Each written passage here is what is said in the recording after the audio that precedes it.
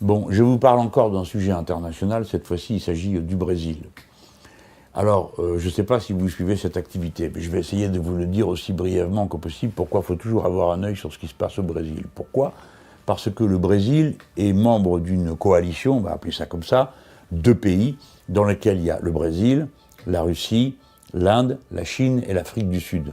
On fait un mot avec cette coalition, on l'appelle BRICS, à cause des initiales des pays qui le composent.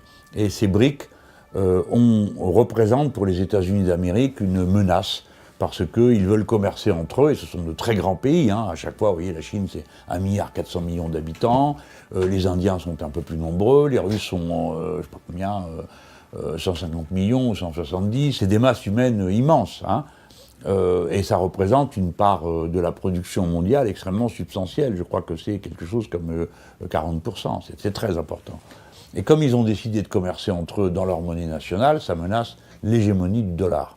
Et en plus, ils ont le malheur d'être en Amérique du Sud, si j'ose dire, c'est-à-dire dans ce que les Nord-Américains considèrent comme leur colonie autour d'eux. Et quand il y a eu un pouvoir de gauche, ça les a rendus malades de voir ça. Et ils ont fait tout ce qu'ils pouvaient, comme dans tous les autres pays, pour déstabiliser le pouvoir de gauche. À un moment donné, ils ont essayé de l'utiliser. Il y avait le gentil Lula, qui était un bon socialiste, contre le méchant Chavez, qui était un mauvais socialiste. Hein, peut-être que vous vous rappelez de ça. Enfin, je vous le dis. Mais à partir du moment où ils ont commencé à faire des coups d'État dans tous les pays, ils ont organisé ce qu'on appelle, nous, des coups d'État institutionnels au Brésil. C'est-à-dire qu'ils ont viré la présidente, qui avait été élue à la suite de Lula en tant que parti des travailleurs, Madame Dilma Rousseff. Alors, ils l'ont accusé d'être corrompu. Bon. Et ils ont fait... celui qui a fait la dénonciation, et maintenant le président de la République, et lui-même est dans un procès pour corruption. C'est un type corrompu jusqu'à la moelle. Rappelez-vous de son nom, il s'appelle Temer. Et ce corrompu se sert de l'accusation de corruption pour détruire tous les représentants de la gauche brésilienne. D'abord Dilma Rousseff, la présidente qu'il a réussi à faire partir. Et comme l'élection présidentielle s'annonce, eh ben, on avait dit, bon, on va représenter Lula, qui était l'ancien président de gauche et qui a été l'homme fort du Parti des travailleurs, qui nous a permis d'arriver jusqu'au pouvoir, de réconforter les pauvres et les familles, de partager la richesse différente. Alors il y a eu toutes sortes d'histoires de corruption là-dedans, mais chaque fois que vous lisez ça dans le journal, hein, renseignez-vous, hein, parce que en quoi consistait la corruption dont est accusé le Parti des travailleurs? Il est accusé, j'ai pas dit que c'est vrai, hein. Il est accusé d'avoir filé du fric à des mecs de droite pour qu'ils votent des lois de gauche. Bon, faut quand même savoir de quoi on parle. Et ils inventent de temps à autre une histoire. Là, ils ont inventé que Lula, qui a 72 ans, qui est veuve depuis maintenant 2 ans, s'était fait offrir un triplex, hein, dans une station balnéaire. Naturellement, c'est un mensonge éhonté.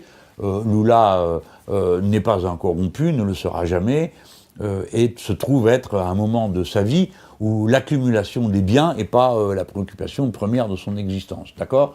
Et évidemment, dans toutes les enquêtes, les sondages, toutes sans exception, donnaient Lula gagnant de la prochaine élection présidentielle au Brésil.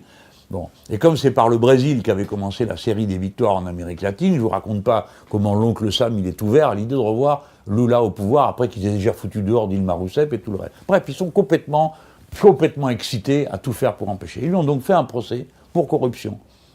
Et évidemment avec des juges, c'est pas la peine que je mette des adjectifs derrière, mais enfin les juges, ils ont décidé que M. Lula était un corrompu et qu'il méritait 9 ans de prison ferme. D'accord, 9 ans de prison ferme. Pour l'instant, le président actuel de la République qui est corrompu, il n'a pas fait une demi-journée devant un juge. Bon. Et donc, ils l'ont jugé une première fois, et en appel, ils l'ont condamné à nouveau, Lula. Ils ont condamné à nouveau le candidat de la gauche, pas à 9 ans, ils trouvaient que c'était pas assez. Ils trouvaient que c'était pas assez, donc à 12 ans ferme. D'accord ? Donc, la nature même de la sentence est une manière de dire, vous voyez, on s'en fout, on raconte n'importe quoi, mais c'est nous qui avons le pouvoir et c'est nous qui décidons, Lula va aller en prison. Pourquoi ils le font?